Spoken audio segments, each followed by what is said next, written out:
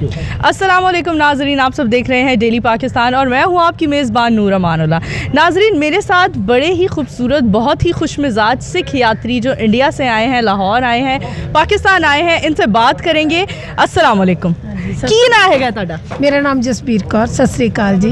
अच्छा, ते कित्थों बिलोंग करदे हो इंडिया च? बठिंडा जिला तो जी। ठीक है, ते इत्थे किन्ने दिन होए ने पाकिस्तान आया?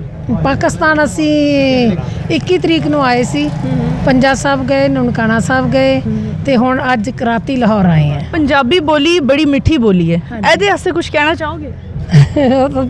ਬਹੁਤ ਅੱਛਾ ਲੱਗਿਆ ਸਾਨੂੰ। ਬਹੁਤ ਅੱਛਾ ਲੱਗਿਆ। ਹਾਂਜੀ, ਪਾਕਿਸਤਾਨੀਆਂ ਦਾ, ਲਾਹੌਰੀਆਂ ਦਾ, ਸਾਰਿਆਂ ਦਾ ਕਿਹੋ ਜਿਹਾ ਸਲੂਕ ਰਿਹਾ ਤੁਹਾਡੇ ਨਾਲ? ਬਹੁਤ ਅੱਛਾ, ਬਹੁਤ ਰਿਸਪੌਂਸ ਦਿੱਤਾ, ਬਹੁਤ ਪਿਆਰ ਦਿੱਤਾ। ਠੀਕ ਹੈ, ਲਾਹੌਰ ਆਏ ਹੋ, ਪੰਜਾਬ ਹੈਗਾ, ਕਿੱਥੇ ਕਿੱਥੇ ਫਿਰਨ ਦਾ, ਕਿੱਥੇ ਕਿੱਥੇ ਜਾਣ ਦਾ ਇਰਾਦਾ ਹੈ? ਅਜੇ ਤੱਕ ਤਾਂ ਲਾਹੌਰ ਪਹਿਲੇ ਸ਼ਾਪ 'ਚ ਮਾਲ ਰੋਡ ਪਹੁੰਚੇ, ਠੀਕ ਹੈ, ਪਰ ਅਜੇ ਘੁੰਮਾਂਗੇ ਸਾਰੇ ਜੀ ਇਨਸ਼ਾਅੱਲਾ। ਠੀਕ ਹੈ ਜੀ, ਅੱਗੇ ਗੱਲ ਕਰਨੇ ਆ ਜੀ। ਕੀ ਹਾਲ ਹੈ ਤੁਹਾਡੇ? ਠੀਕ ਹੈ ਜੀ। ਨਾਂ ਕੀ ਹੈ ਤੁਹਾਡਾ? ਕੁਲਵਿੰਦਰ ਕੌਰ ਜੀ। ਜ਼ਬਰਦਸਤ। ਇੰਡੀਆ ਚੋਂ ਕਿੱਥੋਂ ਬਿਲੋਂਗ ਕਰਦੇ ਹੋ? ਦਿੱਲੀ ਜੈਤਪੁਰ ਪਿੰਡ ਹੈਗਾ। ਹਾਂ, ਤੇ ਕੀ ਕਰਦੇ ਹੋ ਉੱਥੇ? ਕੀ ਉੱਥੇ ਖੇਤੀਬਾੜੀ ਹੁੰਦੀ ਹੈ। ਖੇਤੀਬਾੜੀ ਹੁੰਦੀ ਹੈ। ਹਾਂਜੀ। ਪਾਕਿਸਤਾਨ ਆਇਆ ਕਿੰਨੇ ਦਿਨ ਹੋਏ ਨੇ? ਅਸੀਂ 21 ਤਰੀਕ ਨੂੰ ਆਏ ਸੀ।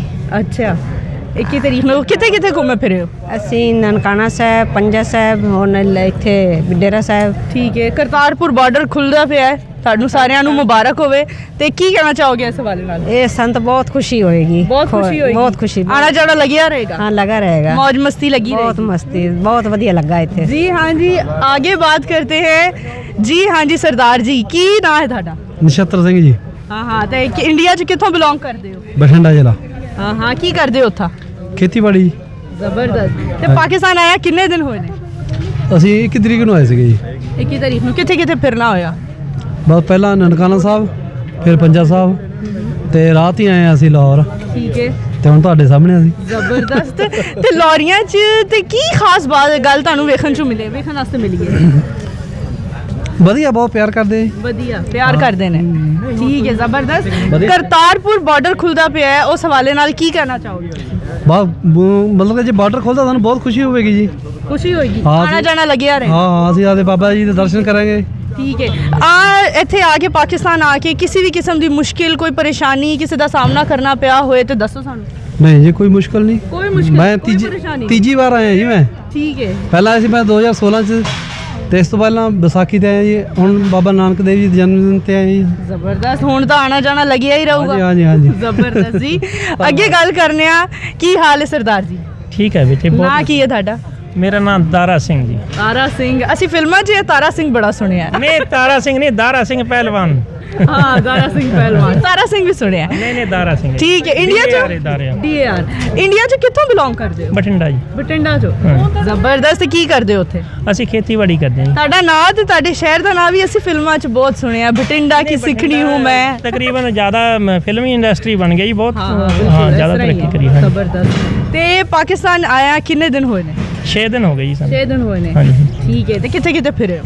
ਅਸੀਂ ਨਨਕਾਣਾ ਸਾਹਿਬ, ਹਸਨ ਅਬਦਲ ਤੇ ਔਰ ਹੁਣ ਲਾਹੌਰ ਖੜੇ। ਲਾਹੌਰ ਆਏ ਹੋ। ਲਾਹੌਰ ਪੰਜਾਬ ਹੈਗਾ, ਪਾਕਿਸਤਾਨ ਦਾ ਪੰਜਾਬ ਵੀ, ਪੰਜਾਬ ਦਾ ਸ਼ਹਿਰ ਹੈਗਾ। ਤੇ ਕਿੱਥੇ ਕਿੱਥੇ ਫਿਰਨ ਦਾ ਇਰਾਦਾ ਹੈ?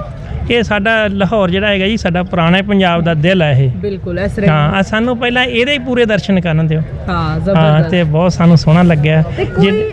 ਹਾਂ, ਜਿਹੜੀ ਇੱਥੋਂ ਦੀ ਜਨਤਾ ਹੈ, ਉਹ ਸਾਨੂੰ ਕੋਈ ਐ ਨਹੀਂ ਲੱਗਦਾ ਵੀ ਵੱਖਰਾ ਮਹਿਸੂਸ ਨਹੀਂ ਹੁੰਦਾ, ਸਾਨੂੰ ਆਪਣੇ ਮਹਿਸੂਸ ਲੱਗਦਾ ਹੈ ਵੀ ਕੋਈ ਐ ਨਹੀਂ ਹੈ। ਬਹੁਤ ਵਧੀਆ। ਤੁਸੀਂ ਗੱਲ ਬੜੀ ਚੰਗੀ ਕੀਤੀ। ਮੈਨੂੰ ਵੀ ਤੁਹਾਡੇ ਸਾਰਿਆਂ ਨਾਲ ਜੀ ਜੀ ਇੱਥੋਂ ਨਾ ਸਾਨੂੰ ਸੋਚ ਕੇ ਲੱਗਦਾ ਵੀ ਪਾਕਿਸਤਾਨ ਫਿਰਦੇ ਆ। ਹਾਂ ਹਾਂ, ਮਤਲਬ ਕਿ ਉਹ ਐ ਨਹੀਂ ਪਤਾ ਲੱਗਦਾ ਵੀ ਪਾਕਿਸਤਾਨ ਲੱਗਦਾ ਵੀ ਬਠਿੰਡੇ ਲੋਹੜੀ ਫਿਰਦੇ ਨੇ। ਜ਼ਬਰਦਸਤ। ਇਹੋ ही साडा दोवां मुल्कां दा प्यार है जो बज़ाहिर हमें देखने को मिलता है।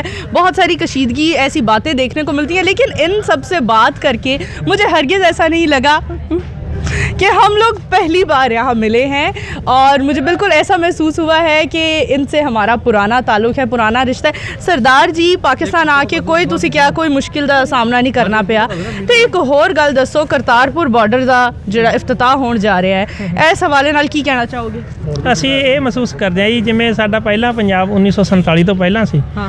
ਜੇ ਕਿਤੇ ਸਾਡੇ ਬਾਰਡਰ ਇਹ ਬਿਲਕੁਲ ਖਤਮ ਹੋ ਜਾਣ ਤੇ ਗਵਰਨਮੈਂਟ ਆਪਸ ਵਿੱਚ ਦੀ ਪੂਰੇ ਸਹੀ ਸੰਬੰਧ ਹੋ ਜਾਣ, ਅਸੀਂ ਦੋਨੇ ਦੇਸ਼ ਇੰਨੀ ਤਰੱਕੀ ਕਰੀਏ ਵੀ ਸਾਨੂੰ ਜਿਹੜੇ ਸਾਡੇ ਪੜੋਸੀ ਦੇਸ਼ ਹੈ ਉਹ ਦੇਖਦੇ ਰਹਿਣ ਤੇ ਅਸੀਂ ਏਸ਼ੀਆ ਦੇ ਵਿੱਚੋਂ ਪਹਿਲੇ ਨੰਬਰ ਤੇ ਆਈਏ।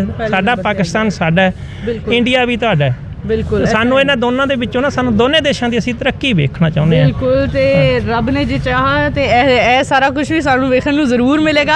इधर आप अपनी मेज़बान नूर अमानुल्लाह को इजाज़त दीजिए ताकि मैं मज़ीद गपशप करूँ अपने सिख यात्रियों से। तब तक के लिए अल्लाह हाफ़िज़।